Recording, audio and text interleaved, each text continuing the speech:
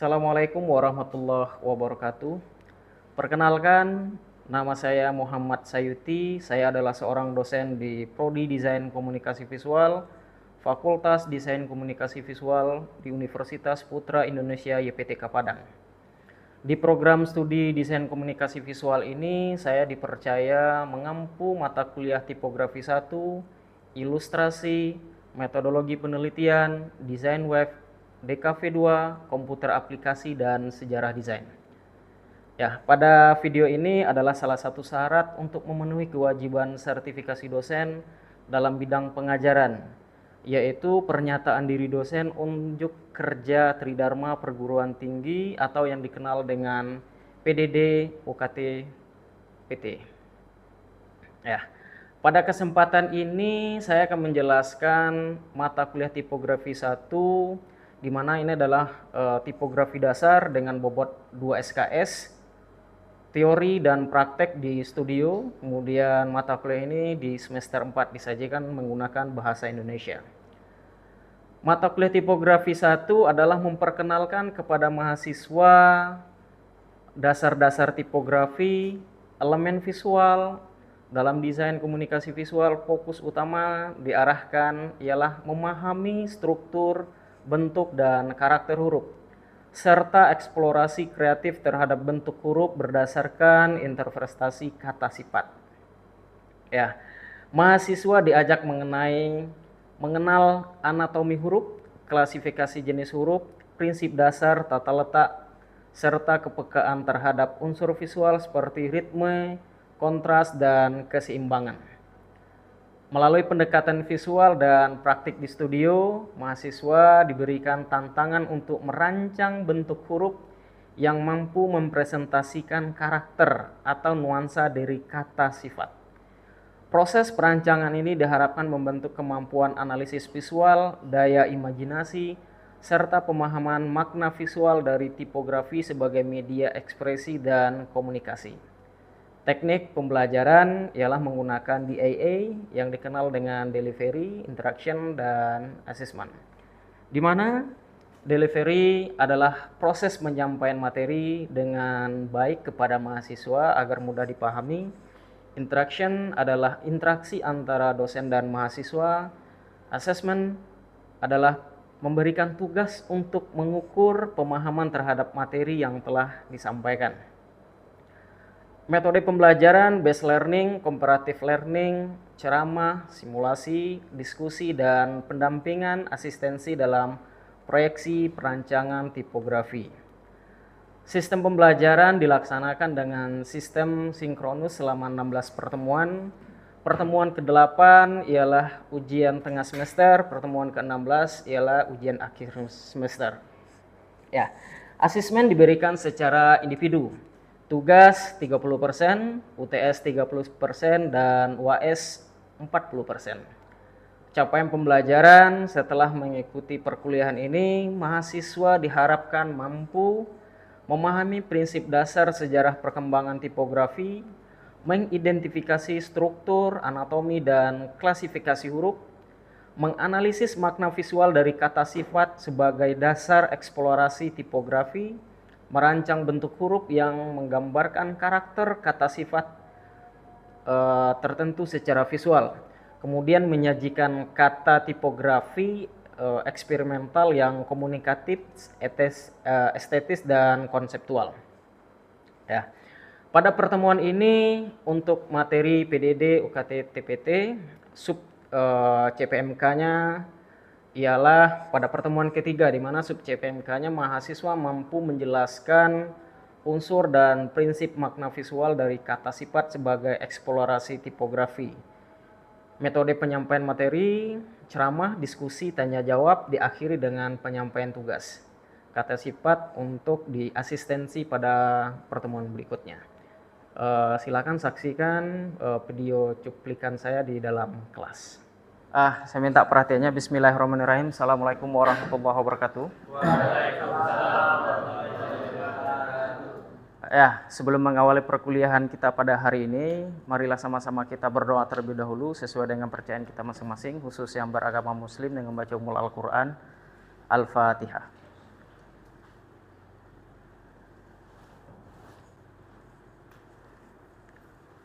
Oke, ya sesuai dengan apa yang sudah saya sampaikan sebelumnya, pada pertemuan kita hari ini adalah pertemuan yang ketiga, ya, melanjutkan materi tentang tipografi 1, di mana capaian mata kuliah kita adalah tipografi dasar, ya, menciptakan sebuah font berdasarkan dari kata sifat, ya, di mana pada materi sebelumnya kita telah mempelajari beberapa dari tipografi sendiri, mulai dari sejarah, jenis dan anatomi huruf. Ya, saya akan menanyakan mengenai yang pertama adalah apa itu tipografi. Siapa yang bisa menjawab? Siapa yang pertama dulu? Boleh. Tipografi itu sendiri adalah teknik untuk menyusun huruf untuk membuat bahasa tertulis dapat dibaca, menarik, komunikatif secara visual. Ya, coba kesimpulannya ini. Tipografi asal katanya adalah typos, yang berarti adalah bentuk. Ya, grafia yang berarti adalah tulisan. Jadi tipografi secara umum seni dan teknik penyusunan huruf yang menjadi bacaan yang mudah untuk dipahami dan enak untuk dilihat. Ya, pertanyaan saya yang terakhir adalah sejauh mana perannya dari tipografi pada kebutuhan desain? Apa? Iya, ekspresi, apa lagi?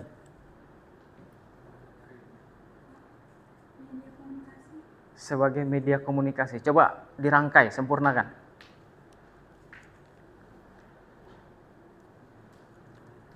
Ada ekspresi, ada komunikasi, ada nyawanya, biar enak untuk dilihat. Satu kata lagi. Apa? Iya. Sebagai menyampaikan makna, emosi, dan karakter dari bentuk huruf. Itulah pentingnya dari tipografi. Sekuat itu pengaruhnya ya pada pesan yang akan disampaikan. Walaupun di sana tidak tertulis apa maknanya, tapi dengan karakternya aja kita sudah bisa memahami, oh poster ini, media ini seperti ini nih capaiannya. Oh ini nih eventnya, seperti ini feel kalau misalkan ya saya hadir di sana. Inilah gambar dan kondisinya. Ya, nanti bagian dalam desain komunikasi visual ini akan saya tampilkan dua ya poster. Silahkan nanti kalian analisis, tapi bukan sekarang, tapi nanti di slide selanjutnya. Ya, saya tadi kan minta contoh pada kebutuhan desain. Salah satu aja, di mana kalian sangat berasa tipografi itu mewakili karakter.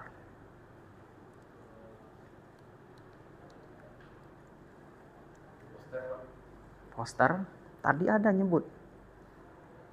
Perbedaan A dan B, C punya karakter yang kuat dilihat dari apa? Ini ada satu perusahaan nih. Kira-kira identitas itu disebut dengan apa? Brand?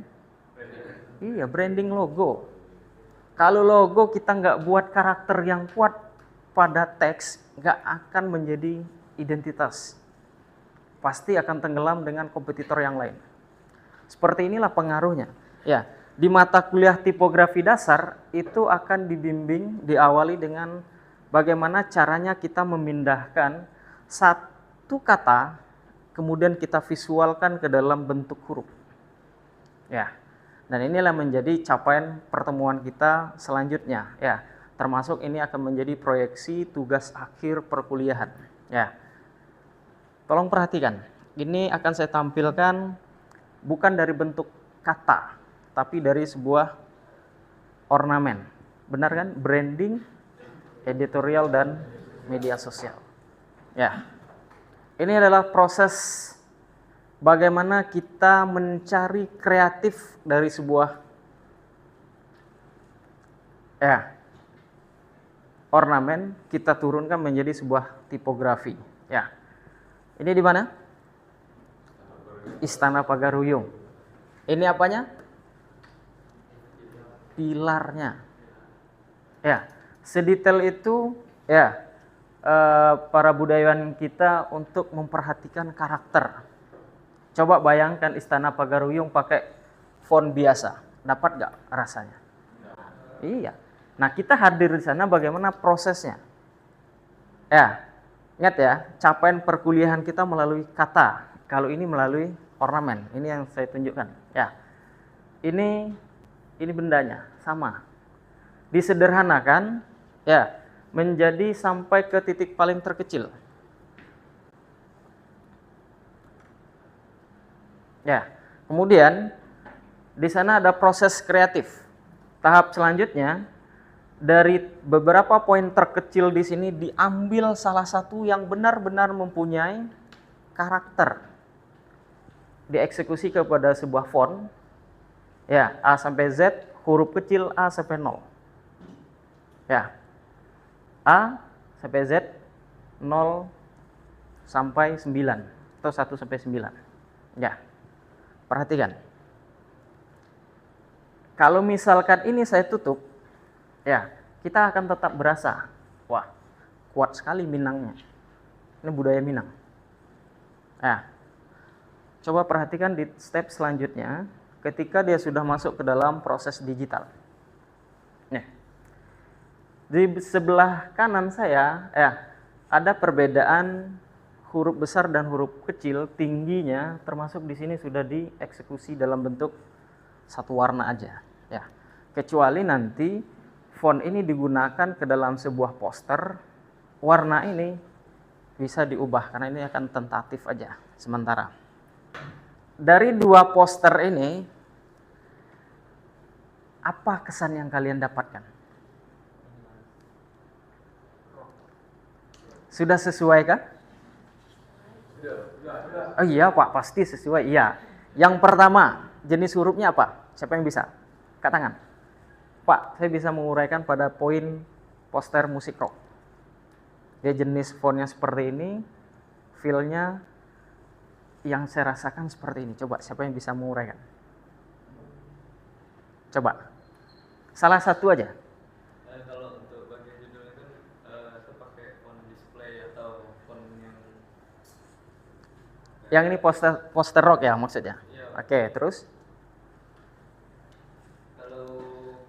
Bagian bawahnya juga pakai font display juga, cuman lebih clean gitu. Kalau yang bagian atas dia ada motif. Ya, ilustrasinya sudah sampai apa belum? Sudah sesuai? Coba, yang dari perempuan, saya minta penjelasan tentang ini. Bagian undangan pernikahan. Coba. Mungkin Pak, yang nama Muhammad sama Hana itu menggunakan skrip, jadi kelihatan seperti tulisan tangan. Sedangkan tulisan lainnya pakai sans serif, jadi nama kedua pengantinnya lebih menonjol daripada yang lain. Coba perhatikan. Dari dua poster ini, ya, suasana apa yang dirasakan? Yang pertama. Undangan terlihat lebih formal, karena informasinya itu lebih mudah sampaikan kan santai lah Pak pada yang diundangan. Suasana apa yang kamu rasakan? Oke, apa lagi? Elegan, Oke. damai. Oke. Inilah kesimpulan yang disebutkan tadi. Ini yang saya tunggu. Ekspresi huruf. Ya, dari dua ini aja kita sudah merasakan visual ini sampai kepada kita, suasananya. Oh, ini dalam suasana suka. Pasti happy, bahagia. Yang ini sama, cuman dua ini beda tempat. Suka ini ya bagi penghobinya. Ya, dia akan merasa suasana ini hadir di jiwanya karena memang khusus untuk anak rock. Nah, kalau ini kan beda. Ini umum. Jadi kalau anak rock lihat poster-poster begini pasti langsung diincar. Di mana tempatnya, lokasinya, jam berapa, kapan. Ini jiwanya terpanggil. Karena ada pengaruh visual yang dikonsumsi ke mata, diolah sampai ke otak, kemudian direspon. Minimal ada nggak rock di Kota Padang. Itu yang cari pertama dulu. Ya, sekuat itu pengaruh dari tipografi pada desain. Ya, jadi bukan hanya sebatas olah-olahan biasa, enggak. Ya, nah ini menjadi sebuah pondasi awal untuk seorang desain grafis harus pakem, harus ahlinya dalam penentuan tipografi. Ya, next kita lanjut. Bagaimana menerapkan dalam proyeksi karya kita dalam satu semester ke depan? Perhatikan. Sesuai dengan apa yang sudah saya sampaikan, ya, kita akan merancang huruf berdasarkan dari kata sifat. Oke. Wah ada typo. Tidak hanya memahami teori, tapi juga akan mengeksplorasi sebuah ekspresi huruf visual. Ya, di mana nanti akan melalui tugas proyeksi. Tugas proyeksi itu ya seperti yang sudah kita sampaikan sebelumnya, ya. Mulai dari proses pengajuan, asistensi, sketsa, digital. Bedanya di digital ini kita tidak masuk laboratorium komputer. Tapi kalian bebas menentukan software apa yang kalian gunakan. Ya. Kemudian outputnya print out nanti menampilkan kata sifat di atasnya, ekspresi huruf di bawahnya sampai huruf angka. Contohnya di sini, ya. Identitas manis, lengket, dan fleksibel. Ya. Kalau ini sudah saya uraikan mengenai prosesnya. Identitas kata sifat atau kata kerja atau kata benda.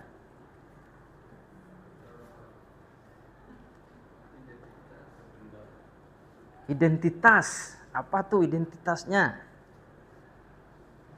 Nggak tahu identitas. Iya, kata sifat. Kira-kira bendanya apa? Yang paling original, nggak bisa diganti. KTP, terus apa lagi? Sidik jari. DNA. Kalau manis? Oh banyak Pak. Oke, setuju. Lengket. Permen karet. Apalagi? Lem. Ada juga patahan dari pohon Pak. Nah ini riset yang seperti ini nih kita sampai ke tahap sana. Jadi dengan kata sifat satu kata aja kita mulai bagaimana menurunkan ide kreatif ke dalam sebuah brief ditumpahkan ke dalam sebuah karya. Kalau yang di awal tadi kan berdasarkan dari ornamen, jelas. Nah ini PR-nya di sini. Jadi memang harus dipahami dulu dari kata sifatnya. Visualnya apa sih sebenarnya yang dibutuhkan? Ya, coba perhatikan.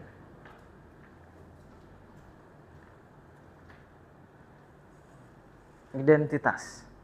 Ya. Ini adalah tipografi berdasarkan dari kata sifat. Katanya adalah identitas, ini bentuk hurufnya. Dia konsisten menggunakan satu tangan aja, jempol. Prosesnya, ya, ini sangat unik sebenarnya. Ini dibuat atau gimana Pak? Nah, ini ada penguasaan software. Pada saat eksekusi, dia bela-belain beli, apa sih namanya? Untuk kita waktu pemilu itu. Secara nggak sengaja di depan ketumpah tinta langsung gitu. Kalau yang model kok boleh nggak Pak? Langsung eksekusi, coba lihat, ukuran sama. Dia mempertahankan anatomi huruf tadi. Satu, semuanya tidak dihilangkan model bentuknya. Ya. Coba bayangkan di angka 7 ini kita buat paksakan dia model lengkungan, ternyata enggak, tetap dia di lingkaran. Tadi ada bicara permen karet, dia ternyata kayu yang ada getahnya. Kayu apa enggak tahu Pak, ada kayu karet di tempat kami Pak namanya. Seperti ini pola, sama kan? Orang tahu itu kayu. Memang seperti itu warna coklatnya, iya Pak. Ya, ini model yang ketiga. Yang terakhir, fleksibel. Kira-kira gambar apa? Getah, karet.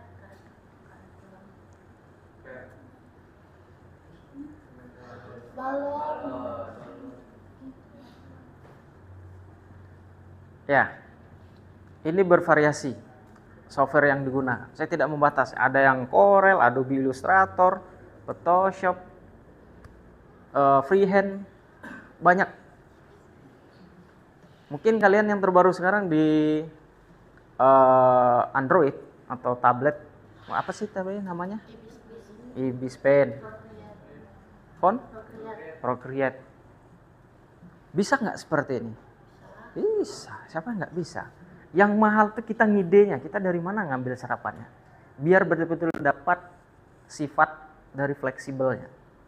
Coba bayangkan ini, kita eksekusi ke dalam sebuah media. Kira-kira apa yang paling cocok? Media pembelajaran untuk anak-anak. Pasti dia suka full color. Iya. Nah, itulah proses kita tadi dalam pembuatan font. Ya, ada yang mau ditanyakan? Cukup? Ngerti? Dapat gambaran gimana nanti proyeknya seperti apa? Ya. Cara untuk kan bahasanya ide tadi Pak. Untuk supaya lebih mudah untuk dapatin ide yang gimana Pak? Ada yang punya cara sendiri, ada yang punya metode. Bagaimana caranya kita mudah untuk menentukan strategi kreatifnya? Coba, siapa yang bisa? Saya kasih spidol. Coba, kamu apa? Kalau dari diri saya pribadi Pak, itu kan saya cari tahu dulu kan kata sifatnya apa. Contoh lentur. Lentur itu dari apa? Kalau bendanya biasa yang saya temui itu dari per. Jadi per itu dimanipulasikan menjadi sebuah font, lalu didesain di digital gitu Pak. Itu kalau ide dari saya. Hampir sempurna. Siapa yang bisa menambahkan? Ini mengasah kreatif yang dia tuntut itu. Mencari ide ya. Mencari idenya. Mendapatkan sebuah ide itu. Riset. Ada beberapa metode. Satu, riset. Yang kedua, referensi. Ketiga, Coba-coba. dicoba. Yang keempat, apa? Minta tanya Google aja Pak katanya. Apa lagi? Tanya Pak Sayuti. Wih, tanya ke saya. Kalau saya ada aja boleh, sah. Yang penting eksekusi. Ya benar. Gimana caranya dengan satu kata aja, ya. Kita ngebrief tadi, satu, kan ada tujuan.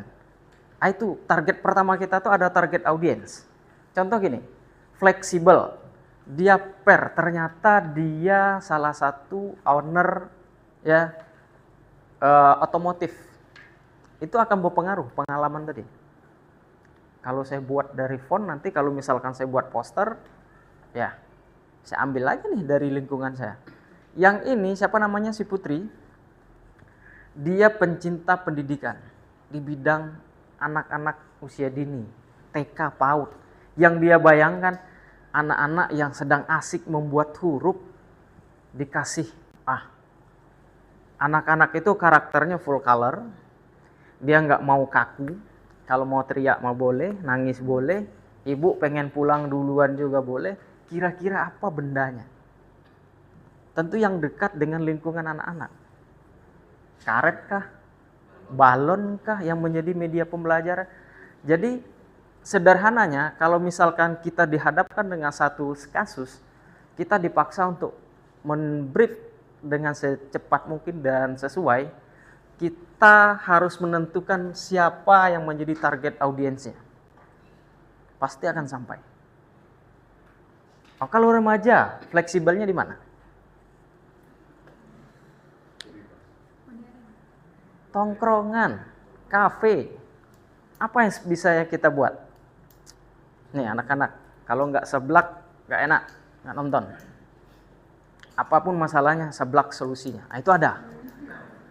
Dibuat tagline seperti itu, akhirnya apa? Dibuatlah font, tapi diambil dari tahu seblak. Makanan khas dari Jawa Barat, yang pedas lumayan berasa. Kalau saya buat ide kreatif, bisa nggak saya buat font dari mie. Oh bisa aja. Seblak, bayangkan ada piring tapi di atasnya font seblak dari mie. Mie itu ngalir ke dalam mangkok. Nah, ada tujuan. Coba kalau nggak ada tujuan, ngambang kita. Ya, itulah letaknya desain komunikasi visual itu ada fungsional. Satu yang tidak bisa dipisahkan ada target audience. Ini menjadi titik fokus kita. Target audience inilah yang akan menjadi kemana desain ini diarahkan. Ya. Nah, di desain ini tidak bisa kita sebutkan nanti target audience kita universal, Pak, menyeluruh. Nggak akan sampai. Harus ditentukan. Boleh berdasarkan usia, tapi lebih enak itu berdasarkan dari golongan. Generasi baby boomers, generasi X milenial, generasi Z, generasi alpha. Itu adalah jawabannya tadi, dan yang lain itu sudah benar, butuh riset dulu, pengalaman, searching, cari referensi. Kata kunci pertamanya adalah target audiensnya kemana saya arahkan. Paham? Kalau memang nanti kalian butuh bahan, ya sebenarnya ada banyak sekali. Ya, ini buku ajar eksplorasi tipografi dan saya sendiri sebagai penulisnya. Yang ini tentang huruf font, edisi 2017 punya penulisnya Suryanto Rustam. Ini sangat bagus untuk dijadikan bahan referensi juga, boleh sambil kreasi. Dan ini yang terakhir yang saya gunakan, warna pink.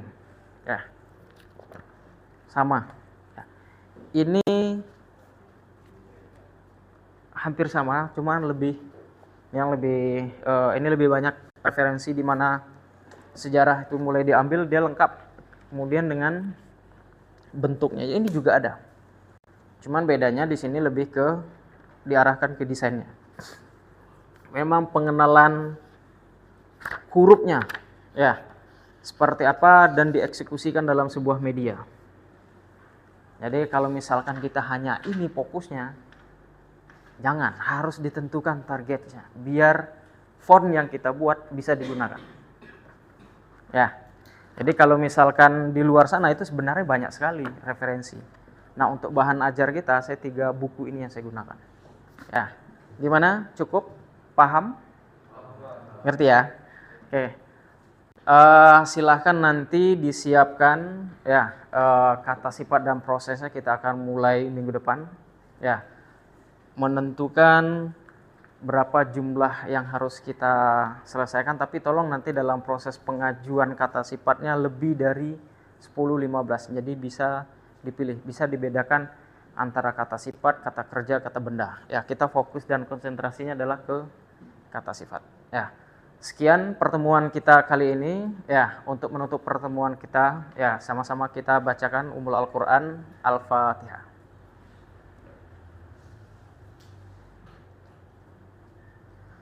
Ya, banyak maaf dari saya akhiri. Assalamualaikum warahmatullahi wabarakatuh. Demikian deskripsi singkat dan cuplikan proses pembelajaran mata kuliah tipografi 1. Semoga dapat memberikan gambaran terkait dengan pengajaran yang telah saya lakukan. Saya mengucapkan terima kasih kepada seluruh tim penilai sertifikasi dosen di tahun 2025, terkhusus kepada Direktorat SDM Dirjen Dikti dan Ristek, serta juga kepada Kemendikbud Ristek Dikti.